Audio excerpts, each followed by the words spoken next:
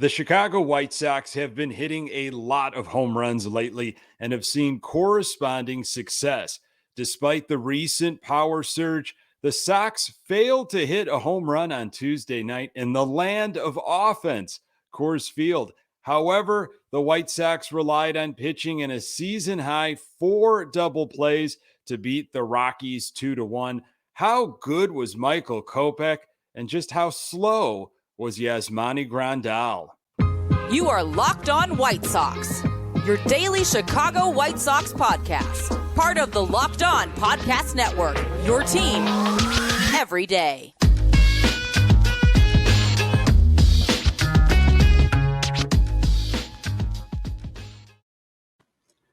Hey, Sox fans, welcome to Locked On White Sox. Thank you for making Locked On White Sox your first listen each and every day. We're free and available on all platforms. Follow us on Twitter and Instagram at Locked On Sox. Also, subscribe to our YouTube channel. Just search Locked On White Sox. Hey, I'm your host, Nick Morawski, a lifelong diehard Chicago White Sox fan, recording this podcast just blocks from the ballpark in beautiful Bridgeport. You can find me on Twitter at Nick_GGTB. Really appreciate you letting me steal some of your time to talk White Sox.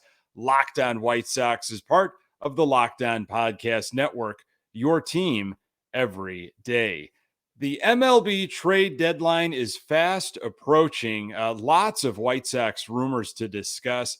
The White Sox continue to live dangerously and leave runners in scoring position. It was Michael Kopech's first start since the break, and I'm telling you, he looked very good. Chicago White Sox are now 49-48. They are only 3 games back in the AL Central now. Sox beat the Rockies 2-1, and the White Sox are over 500 for the first time in 2 months. The White Sox have not been to Colorado since 2017. I did have an opportunity to head out to Denver and check out the Sox during that series. A great ballpark to get to, wonderful surrounding area as well. Had a lot of fun during that trip. Colorado coming into the game against the White Sox, 44-53. Sox had a record of 27-21 on the road coming into Tuesday's game. This was, of course, the start of a stretch playing 19 games against teams with a below 500 record. So Michael Kopech was on the hill for the White Sox in his last 6 starts coming into the game, a 5.74 ERA, 18 walks, 23 strikeouts, and opponents were hitting .265 against him. This was talked about in the pregame show on NBC Sports Chicago with Chuck and Ozzy, talking about the Sox maybe getting another starter at the trade deadline, something we'll talk about in this episode a little later. And I think it's because of Kopech's recent struggles. Chuck and Ozzy kind of alluded to maybe the Sox get an extra starter. Perhaps Kopech goes to the bullpen to finish off the season. Well, through the Chicago Sun-Times, Daryl Von Chauvin on Twitter had this to say. Pitching coach Ethan Katz said moving Michael Kopech to the bullpen late in the season to ease his workload isn't in the cards. This is what Katz said specifically.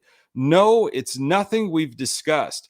Obviously, in September, with expanded rosters, we can do things to give him a break. But right now, he's starting.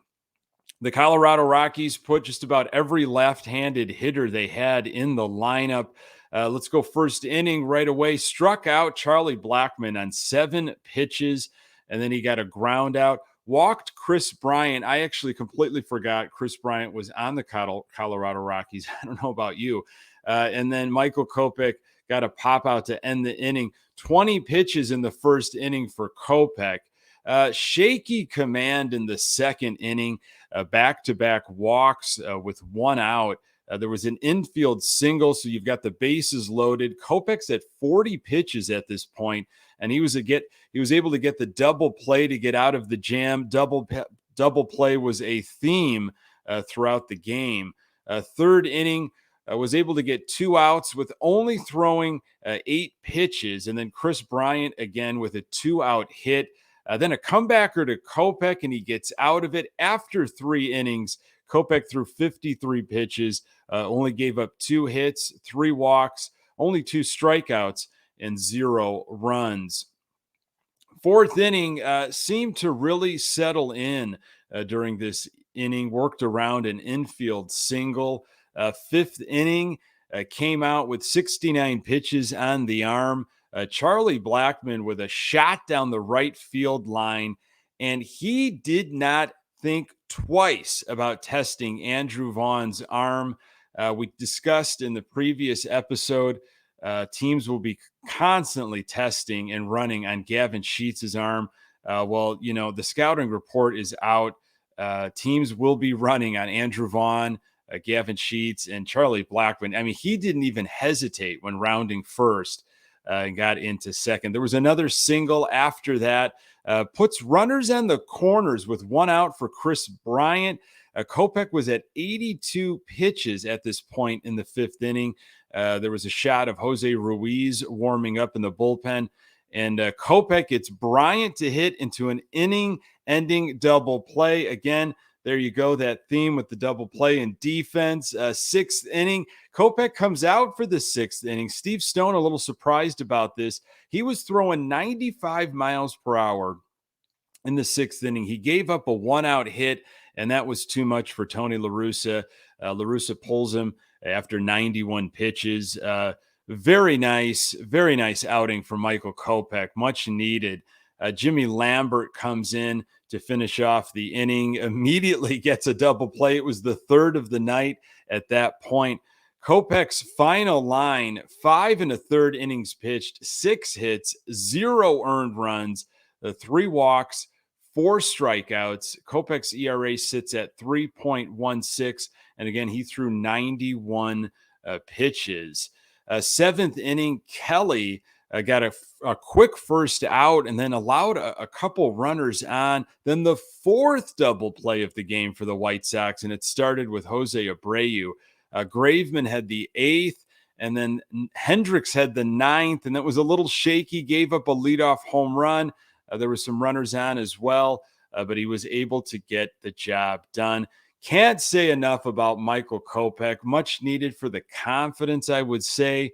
The numbers as of late are very different than how Kopech has started the season, and so much has been said about his workload management and how the Sox are going to use him. And it sure seems like from that quote from Ethan Katz, he is here to stay in the starting rotation. It was not the type of offense that I thought the Sox were going to achieve in Coors Field, but it got the job done. I'm going to tell you why more needs to be done. More on that in a moment. At BlueNile.com, you can celebrate all of life's special moments, from creating the custom engagement ring of her dreams to gifting a classic and timeless jewelry piece, all at prices you won't find at a traditional jeweler. Whether you're customizing an engagement ring or designing a diamond stud earrings, online jeweler Blue Nile will allow you to create a bigger, more brilliant piece than you can imagine at a price you won't find at a traditional jeweler. Blue Nile has simple online tools that let you choose the diamond shape, size, and clarity, as well as setting style. Blue Nile's bench jewelers will then handcraft her perfect engagement ring. Each ring is one of a kind. Make your moment sparkle with jewelry from BlueNile.com. And going on now is the Blue Nile Anniversary Sale. Save up to 40% on classic fine jewelry pieces and 25% on engagement ring settings. Plus, every order is insured, ships free, and arrives in discreet packaging that won't give away what's inside. Shop stress-free and find your forever piece. Go to BlueNile.com today. Thanks again for making Locked On White Sox your first listen every day. The MLB trade deadline is August 2nd, and Locked On MLB has all the breakdowns. Locked On White Sox will have rapid reactions to any move made. Make sure you have subscribed to Locked On White Sox on YouTube or wherever you get your podcasts so you get notified when each episode premieres. So let's talk offense. There wasn't a lot to talk about, but coming into the game, a lot was made of the home run. Sox with 23 home runs in July. That gets them to 12th in the league, 15 home runs in the last 10 games, and their record in that span, 7-3. So, of course, the old saying, when the ball goes far, the team goes far. It sure has felt like that lately. In the pregame show, Ozzie took a look at the lineup, and all he simply said was, "This is a good lineup." And this is without Luis Robert. First inning, Tim Anderson strikes out, Moncada with a walk, and Vaughn hits into a double play. The Sox were hitting into their fair share of double plays as well throughout the game. Second inning, some two-out offense with a base hit from Grandal. A.J. Pollock drives one in the right field gap. He has had a nice few games. Second and third with two outs for the legend, Leury Garcia, and he flies out to center field. Third inning, Tim Anderson with some one-out offense. Center field could not make the play, so Tim Anderson took second. Nothing came of it, though. He was stranded at second. Fourth inning, we finally saw some runs. Or a run, I should say. Eloy Jimenez with a one-out hit, then Grandal with his second hit of the game. Runners on the corners with Pollock up. A ground ball to shortstop, and shortstop completely misplayed it. Eloy scores. Everybody else is safe. It's 1-0 White Sox. So then you get a base hit from the legend, Leury Garcia, in left field.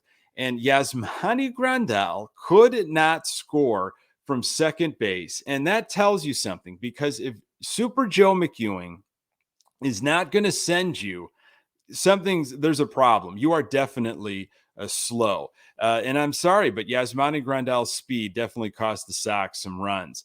So you've got bases loaded for Adam Engel. He strikes out. Then Tim Anderson grounds out. The Sox were only able to score one run. A lot of blown opportunities in that inning alone. When the defense gives you more outs, which the Rockies did there, you've got to take advantage.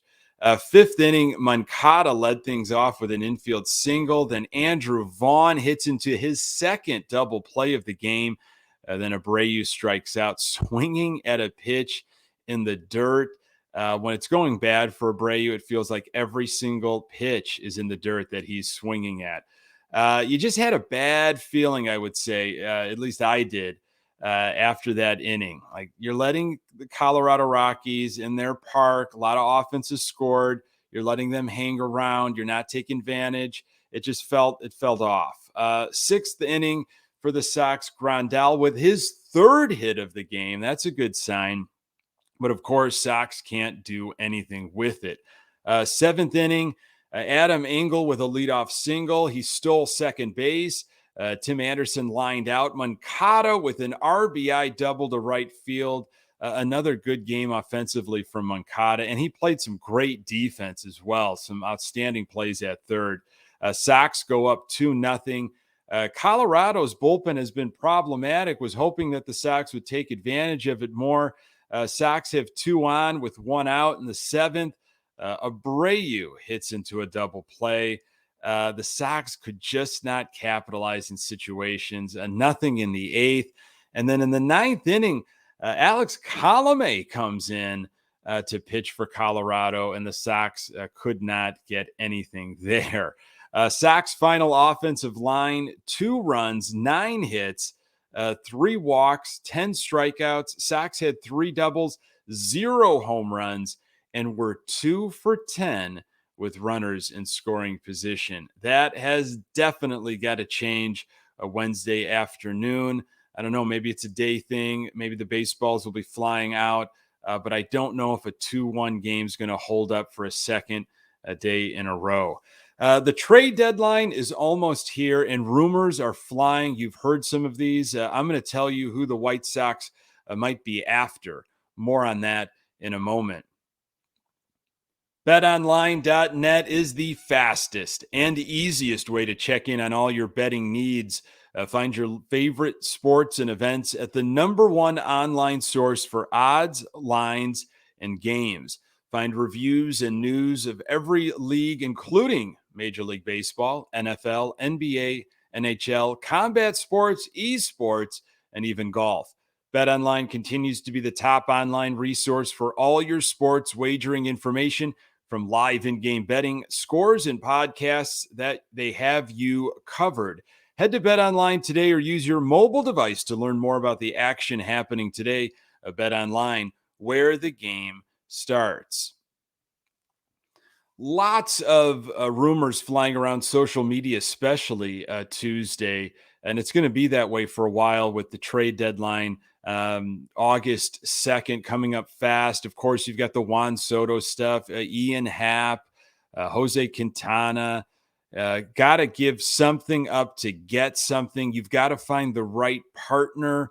Obviously, the Sox have a ton of needs, but their prospects might be limited.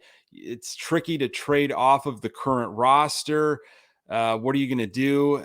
Some folks are weighing in on this. Mark Feinsand from the MLB Network, he's an insider, and this is what he wrote up today. I saw this regarding Gavin Sheets, which they list as an outfielder, also, of course, / first baseman and DH, but outfield listed first.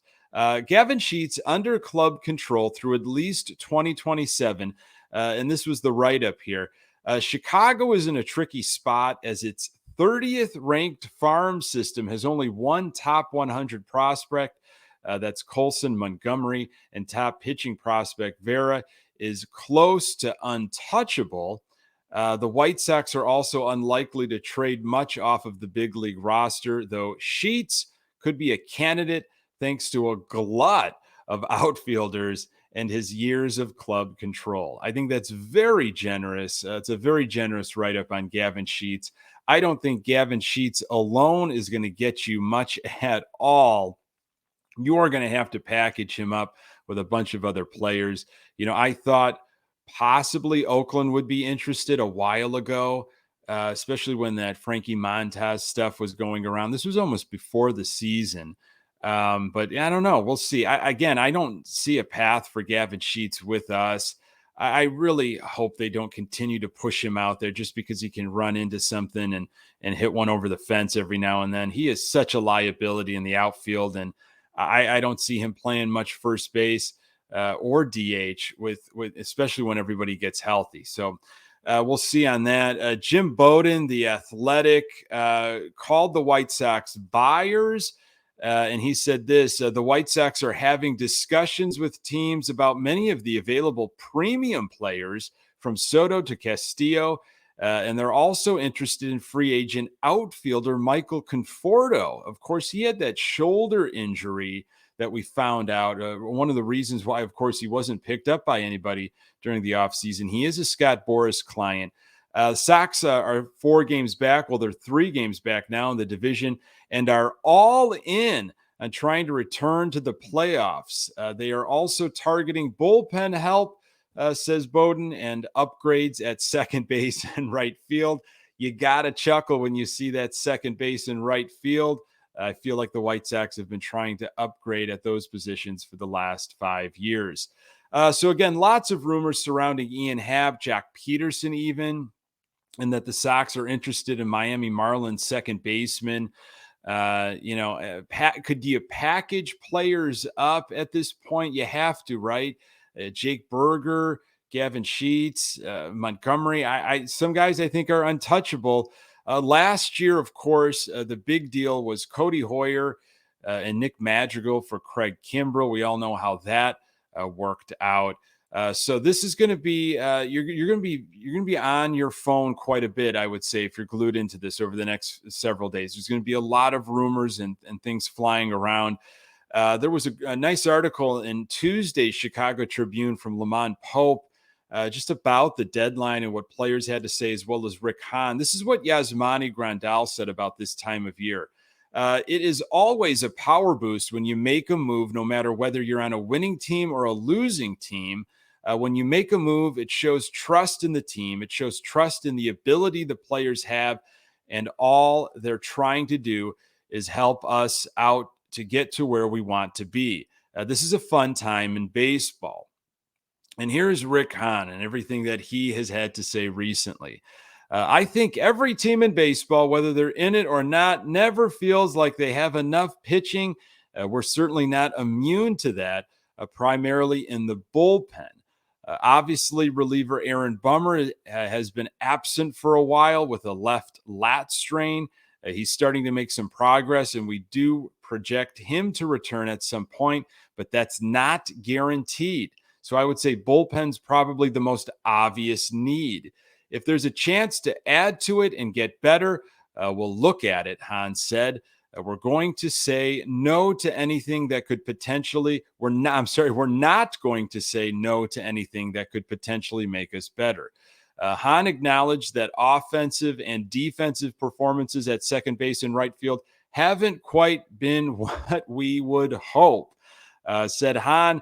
That said, if you look at what second baseman Josh Harrison has done since June 1st, and you look at what Gavin Sheets has done since he returned from the minors, those both potentially could be solutions there.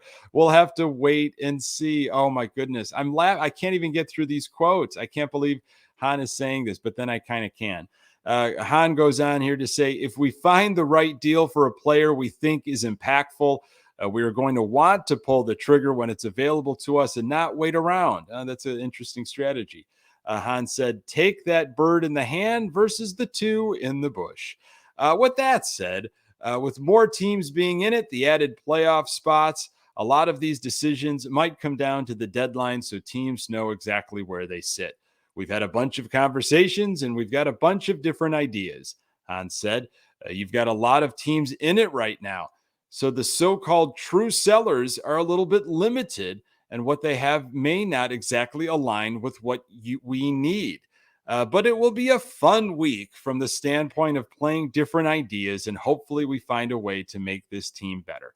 I'm sorry, but all of that, I don't believe a word of it. I don't think that's anything new or fresh. It's more Hahn speak. So read into it what you will. I cannot believe he references Gavin Sheets. He is definitely, without a doubt, bullish forever on Gavin Sheets. The Chicago White Sox wrap things up with Colorado Wednesday afternoon as Lucas Giolito takes the hill and hopefully follows the path Michael Kopech laid out. Folks, thank you so much for making this podcast part of your daily routine. You can find the Locked On White Sox podcast absolutely everywhere. We are on Twitter and Instagram at Locked On Sox. You can find me on Twitter at Nick_GGTB. Thanks for making Locked On White Sox your first listen. Now make your second listen the Locked On MLB podcast. MLB expert Paul Francis Sullivan brings humor, passion, and unique perspective on every team and the biggest stories around the league. Follow the #1 daily league-wide podcast, Locked On MLB, on the Odyssey app, YouTube, and wherever you get your podcasts. Coming up on the next episode, I'll recap Lucas Giolito's outing and hopefully be discussing a White Sox sweep. Really appreciate you making time for the Locked On White Sox podcast. I'm Nick Morawski. Until next time, go Sox.